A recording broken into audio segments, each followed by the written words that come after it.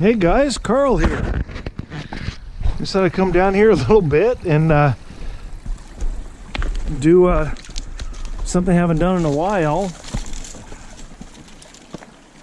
Oh, good stuff right there. Talk to you about the Harbor Freight Trencher. I think we are on about 7 years. And most people call this some cheap piece of shit, right? But in a place like mine, how could you do better? Okay, I haven't run this in, I guess probably been a week now. I even have a flat tire, but honestly, she don't care. I could come down and inflate it, but I don't really care at this point because I'm trying to show you guys what is going on after 7 years with the Harbor Freight Trencher.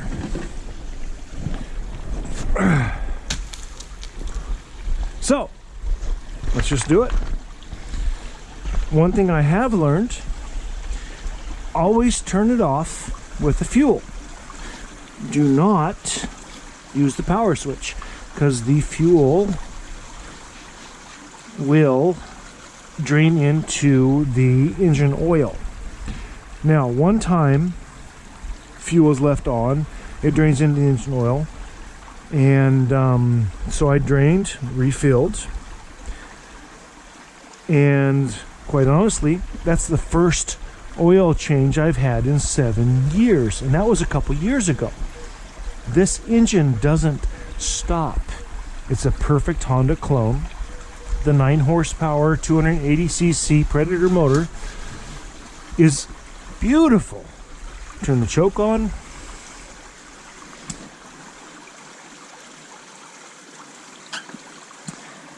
And yeah, that's it. You run in one of these, use the fuel to shut the engine down, not the engine switch, and you will never have a problem. So, here we go. I'll show you a few things.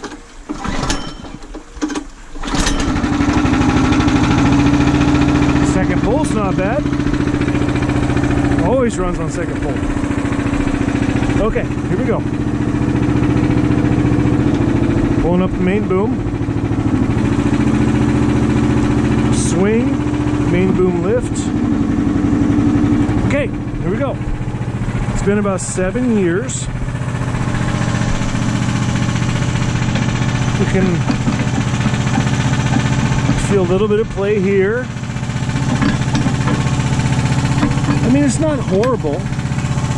I did brake. You see how this is bent a little bit. Back in my early days of Harbor Trenchers, I had a pin in here and I forgot about it. And so I bent these plates. Now, of course, if I was a good boy, I'd take them off and straighten them out and all that kind of stuff, but it's basically had no effect.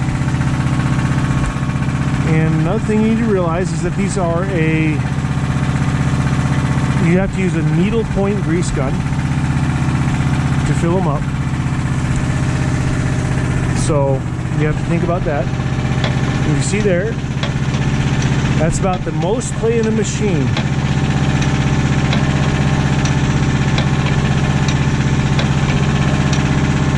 Okay. You'll see, actually, see a little bit right there in the bucket plate.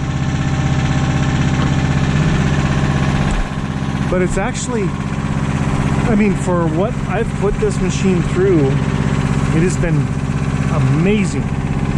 Now, I was moving a bunch of redwood logs and I lost this bushing. And so I went ahead and made one, put it in. I know it's only a nail, but if you grease it, that's really all you need.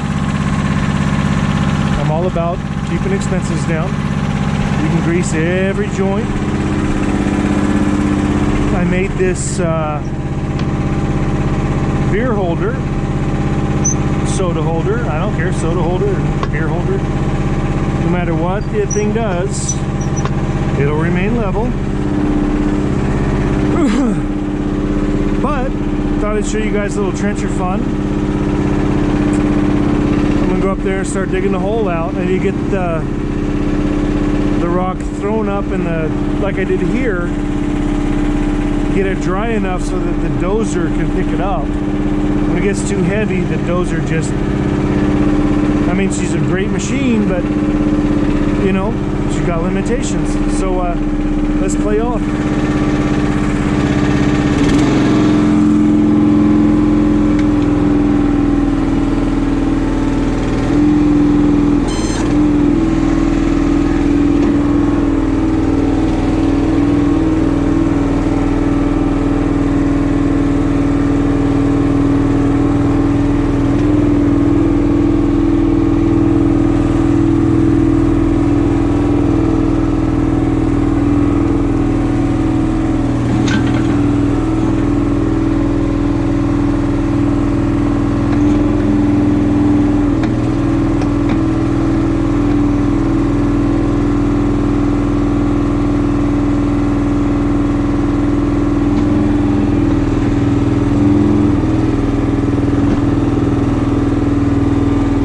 About having the trencher is that if the dozer gets stuck, I have this huge 1,100 pound anchor that I can move into place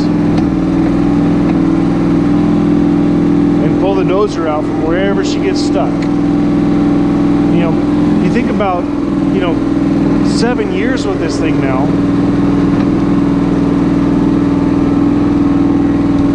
And you know, you think about the $2,500 I paid for it over 7 years, and it still works perfectly. I mean, how much is that really? What's 7 into 25?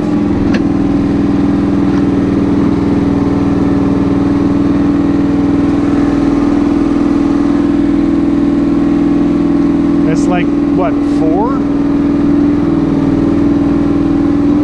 So basically I've paid,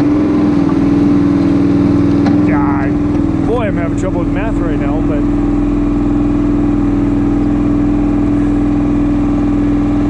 if you divide it into 5 years, I've had it for 7. 2,500 into 5 years is $500 a year. And so if you think about in 7 years, shoot, I'm at like $350, $400 a year. So basically, what I'm trying to do here is, I'd really like to keep the water on the surface this summer.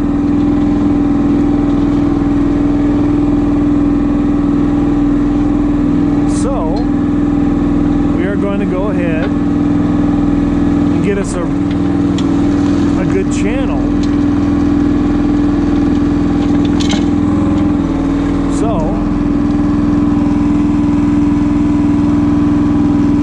first scoop's always hard.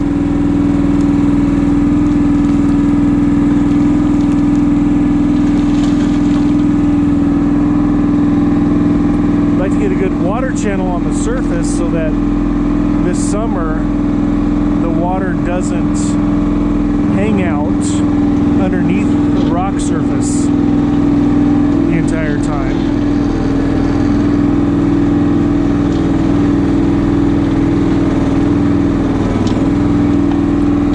And stays clean and clear.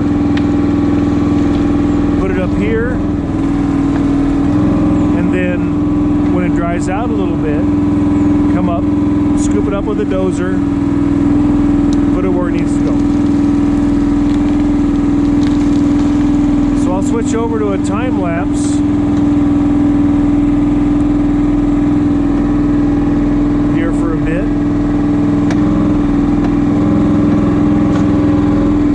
And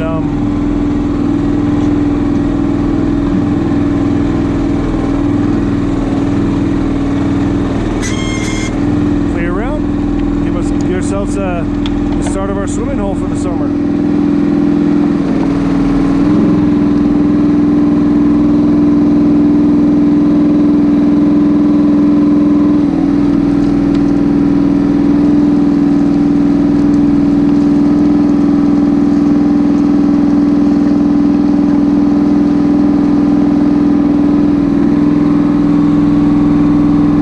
Back.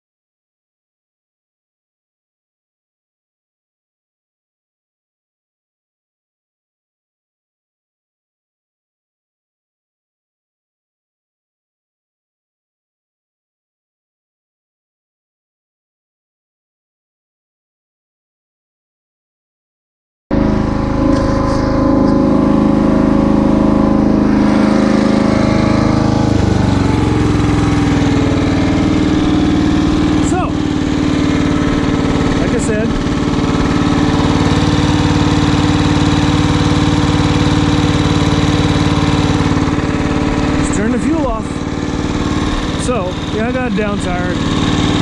She'll pump up, but it's not really important, and you can get new wheels and tires for 40 bucks. Flawless. In a matter of an hour or two, you guys will see this beautiful little watering hole, and I plan on doing that all the way down the creek. I wanted to give you guys an update on the Harbor Freight Trencher. I could not, for my circumstance, I could not have made a better investment than this. I've never touched the hydraulic oil. I've never touched the hydraulic filter. I've changed the engine oil once.